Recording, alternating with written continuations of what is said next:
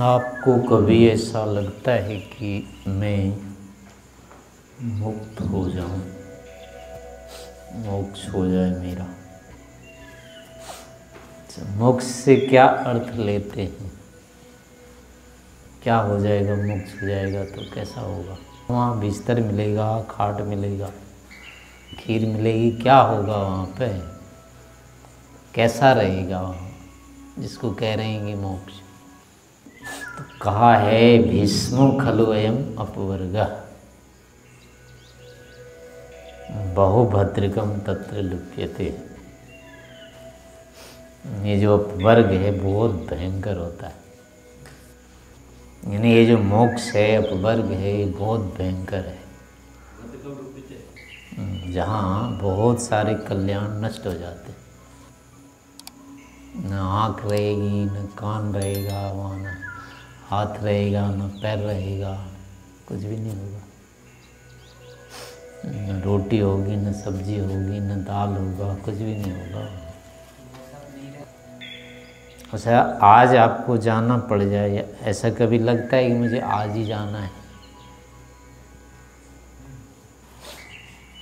नहीं, हमारी जो स्वाभाविक स्थिति होती है, जो व्यवहारिक है, वास्तविक स्थिति है, उसमें हमको मोक्ष के नाम से भय लगता है।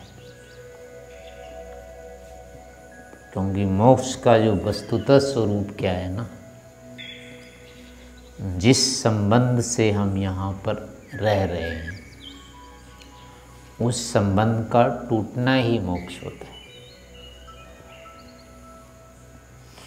और यहाँ जो हम रह रहे हैं वो बिना संबंध के नहीं रह रहे। ऐसे कोई रस्सी तो है नहीं कि बांध रखा है किसी ने, कोई खूंटा नहीं है, कुछ भी नहीं है, और किसी के कहने से भी नहीं रह रहे हैं। हम अपनी ही इच्छा से रह रहे हैं यहाँ, और रहना चाहते हैं इसलिए रह रहे हैं। कोई ज़बरदस्ती नहीं है यहाँ, अपनी तरफ से ही रह रहे हैं। कोई दूसरा कारण रोकने का है ही नहीं यहाँ पर। तो इसका मतलब है कि हमने कोई न कोई अभी संबंध है बनाया हुआ, जिसके जो कि टूट नहीं रहा है, और उसका ना टूटना ही बंधन है। वो टूटता है तो वो मुक्ति होगी बस। इसलिए इसको ही ढूंढना पड़ेगा कि कहने का मतलब ये हुआ कि बंधन मतलब क्या? कोई गांठ नहीं है, रस्सी नहीं है, वस्तुतः जो इच्छा यहाँ हो रही है कि ये हो जाए। यहाँ लोक में कोई भी वस्तु अच्छी अगर लग रही है, ये अच्छी है, और ये बंधन है। संसार में एक भी चीज़ अगर अच्छी लग रही है तो समझो वही है बंधन का कारण। संसार की अच्छाई से ही हम बंधे रहते हैं। हमको यहाँ अगर कुछ लग रहा है कि ये तो बहुत अच्छा है, तो इसका कारण है कि फिर हम अब नहीं मुक्ति चाह रहे हैं। तो ऐसे विचार करके देखें तो एक दिन, 2 दिन, या बचपन से लेकर के अब तक कई ऐसी चीज़ें मिलेंगी जिसको कि निरंतर चाहते रहे हैं, ये हो जाए, ये हो जाए, ये हो जाए। और ऐसी कई चीज़ें मिलेंगी जो बहुत अच्छी लगती रही है, वो नष्ट हो जाए, हट जाए, ना रहे, उसके बारे में कभी ऐसा लगा ही नहीं है। ऐसी कई चीज़ें मिलेंगी। ऐसी कोई चीज़ तो हुई होगी जिसको पहले तो चाहते होंगे कि ये रहे, बाद में लग गया होगा, कोई बात नहीं, ना रहे। लेकिन ऐसी कई चीज़ें होंगी जिसके बारे में अभी नहीं लगा होगा कि ये ना रहे।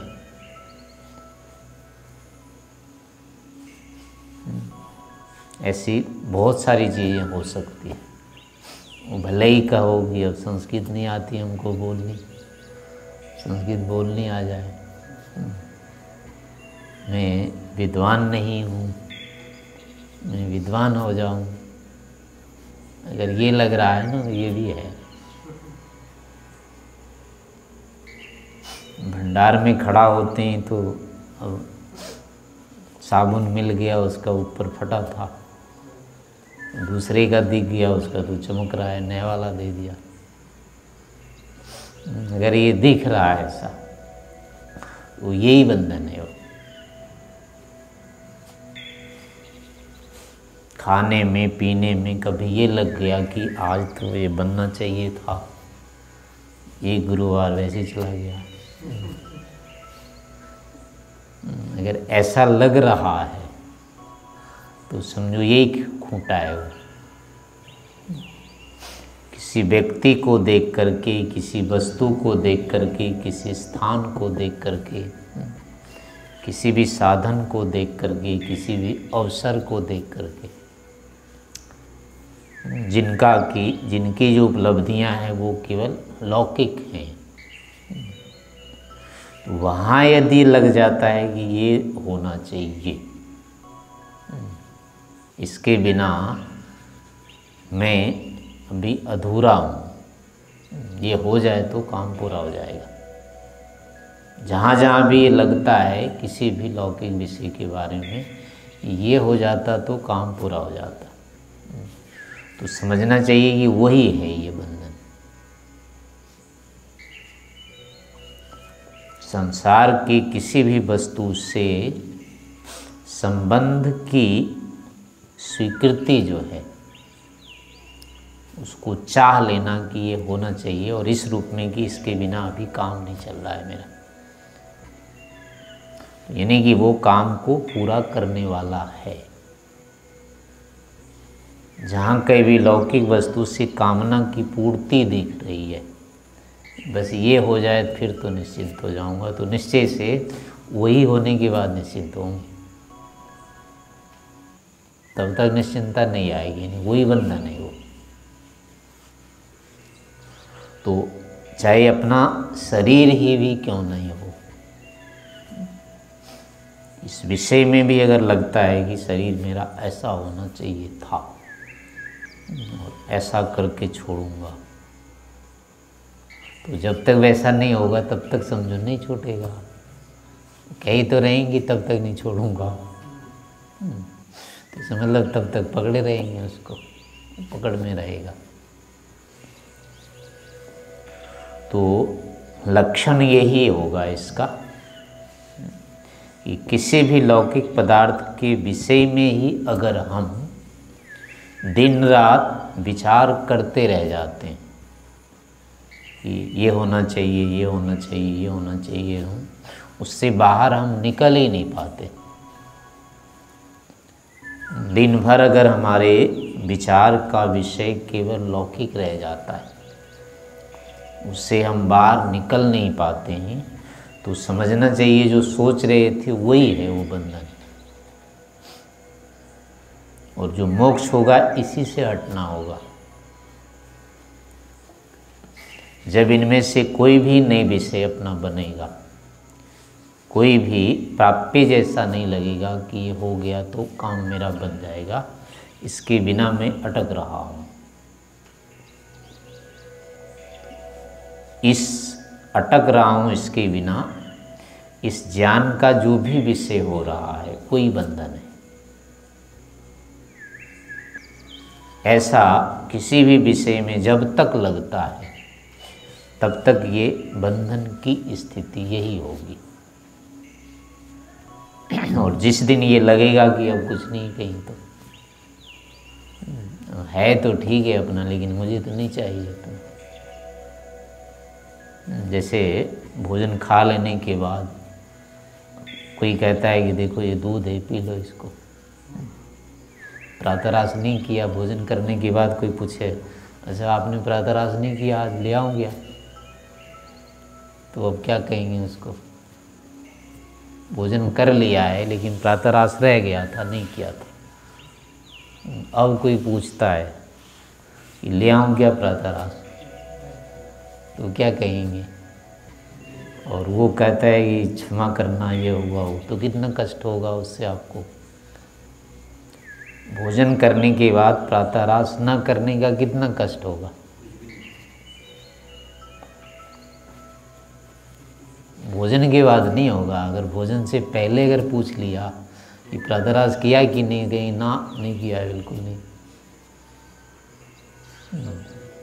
तब तो दुख होगा। इन खाने के बाद अगर आया प्रातराश की बात आई तो कुछ नहीं होगा। तो ऐसे ही अन्य विषयों में भी रहेगा। यहाँ चीज़ वही है जो खा सकते थे प्रातराश में, वही भोजन में है। अब उस चीज़ की चिंता नहीं होती है। नहा लेने के बाद हाथ पैर धोने की चिंता थोड़ी रहती है, नहीं धोया तो नहीं धोया, क्या हुआ। नहीं नहाना है तो हाथ पैर धोना भी चिंता का विषय रहता है। ऐसे यहाँ पर भी अगर पूरी तरह से आत्मा के साथ इनका संबंध यदि कट जाता है कि कोई भी लौकिक पदार्थ हमारी आत्मा को पूर्ण करने के लिए नहीं है, अगर ये विज्ञान हो जाता है तो खाने के लिए भले ही इच्छा हो रही है, ओढ़ने पहनने के लिए भले ही इच्छा हो रही है, रहने के लिए भले ही घर की इच्छा हो रही है, लेकिन वो फिर बंधन नहीं रहेगा। अभी जो कुछ भी चाह रहे हैं वो इसलिए चाह रहे हैं कि इससे आत्मा की अभी कुछ कमी दिख रही है।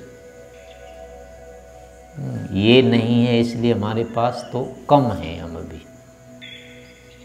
हमारे पास घर नहीं है तो हम क्या हैं, भिखारी हैं, दरिद्र हैं।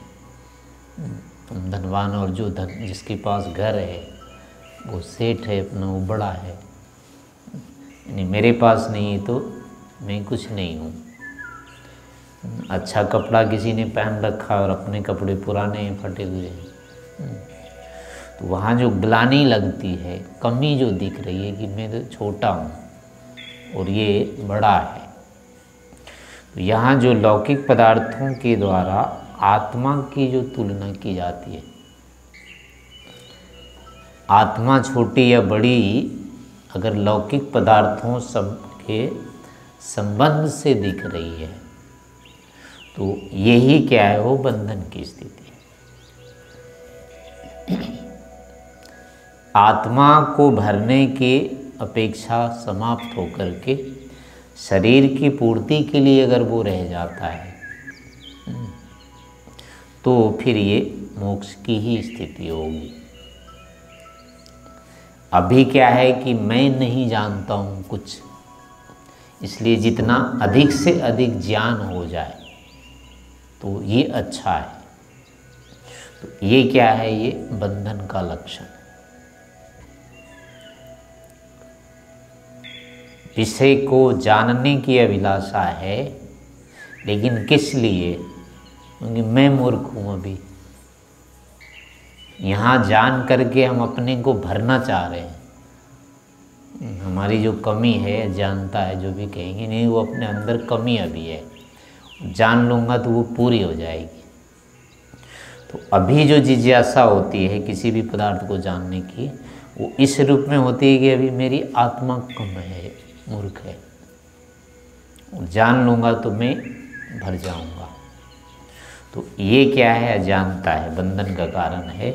लेकिन ये वस्तु क्या है, इसका ज्ञान हमको हो जाना चाहिए।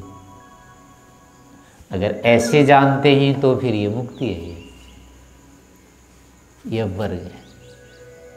यानी मैं भी हूँ, ये भी है, तो है तो दिख गया, इसमें क्या हो गया।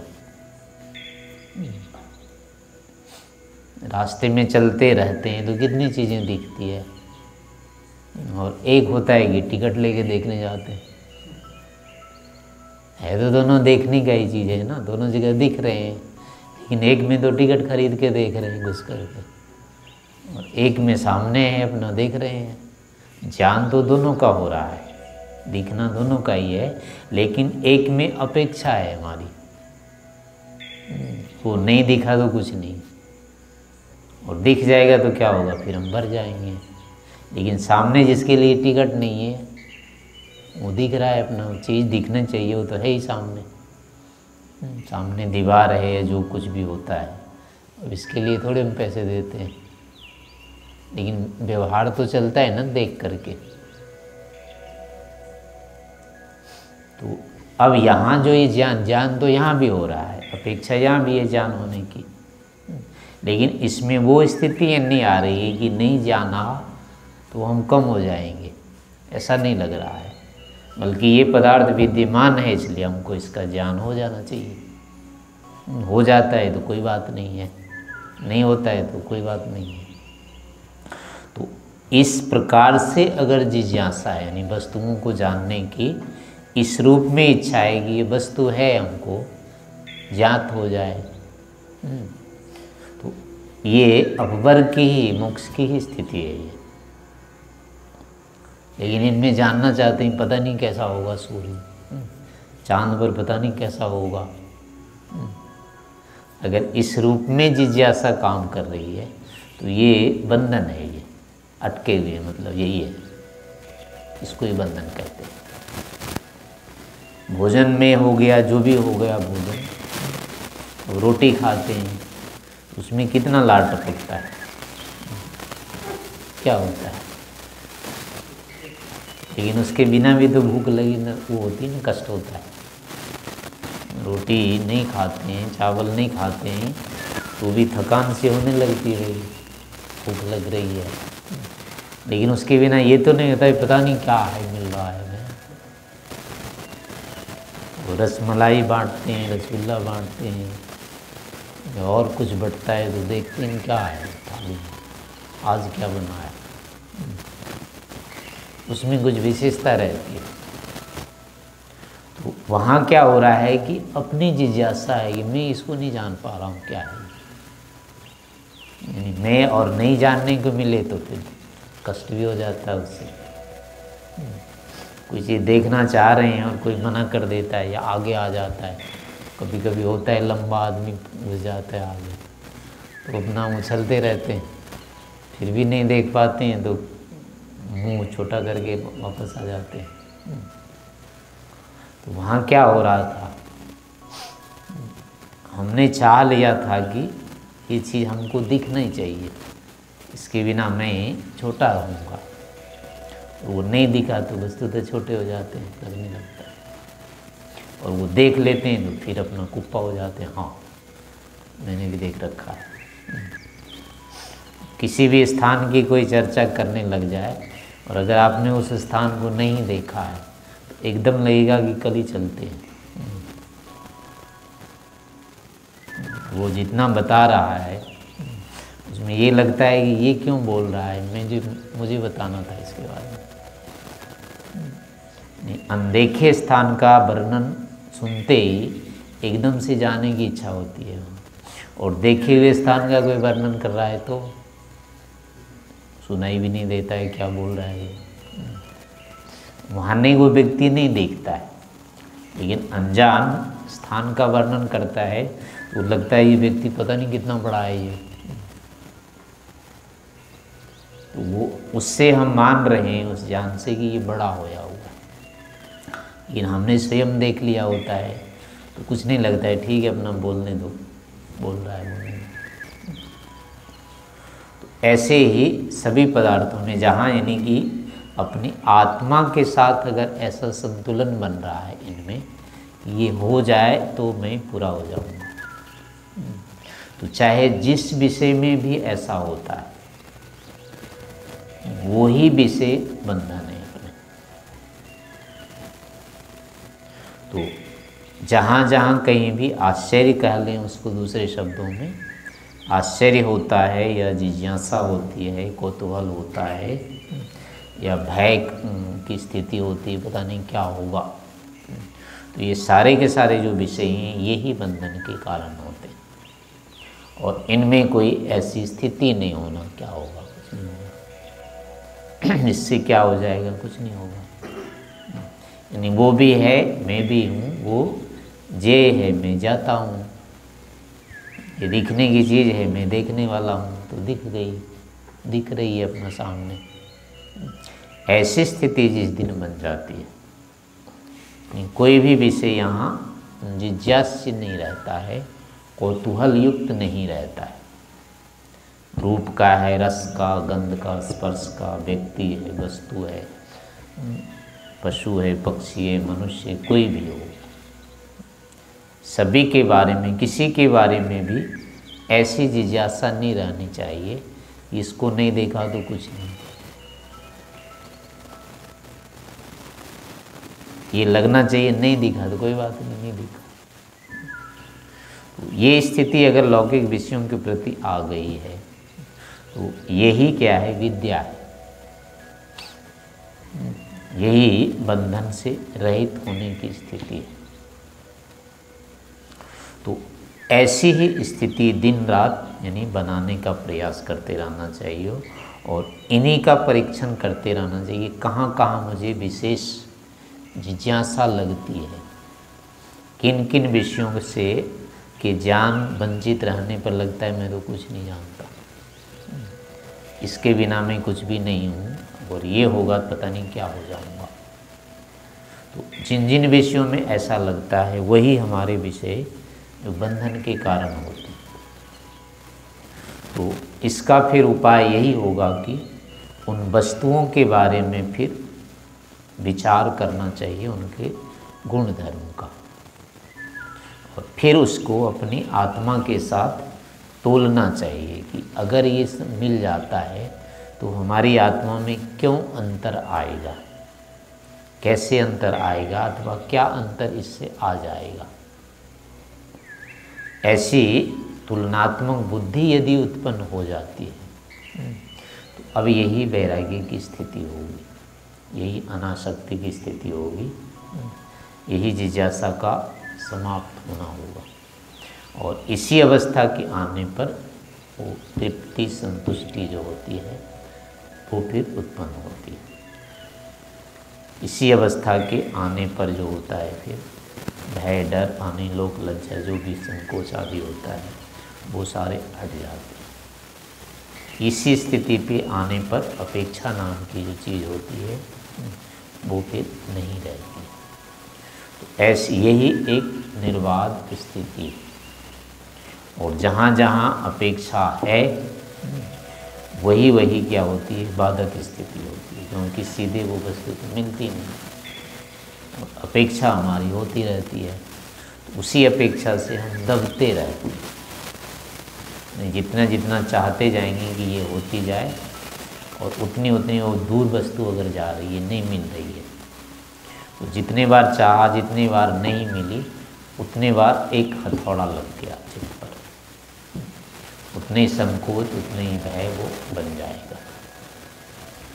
इस कारण से हर समय इन विषयों में परीक्षण करते रहना चाहिए, कहाँ कहाँ मैं किन किन विषयों की किस रूप में अपेक्षा कर रहा हूँ, किस कारण से मुझे लग रहा है कि अभी आत्मा मेरी कम है, और जो लग रहा है कि ये मुझे होना चाहिए उससे भी देखना चाहिए कि क्या हो जाएगा इससे। ऐसे विचार करते रहना चाहिए। इन्हीं विषयों में धीरे धीरे स्पष्टता जैसे जैसे होती जाएगी वो विवेक की स्थिति होगी, और अंत में मोक्ष की स्थिति बन जाएगी। आत्मा परमात्मा पदार्थों तक ये स्थितियाँ जाएगी।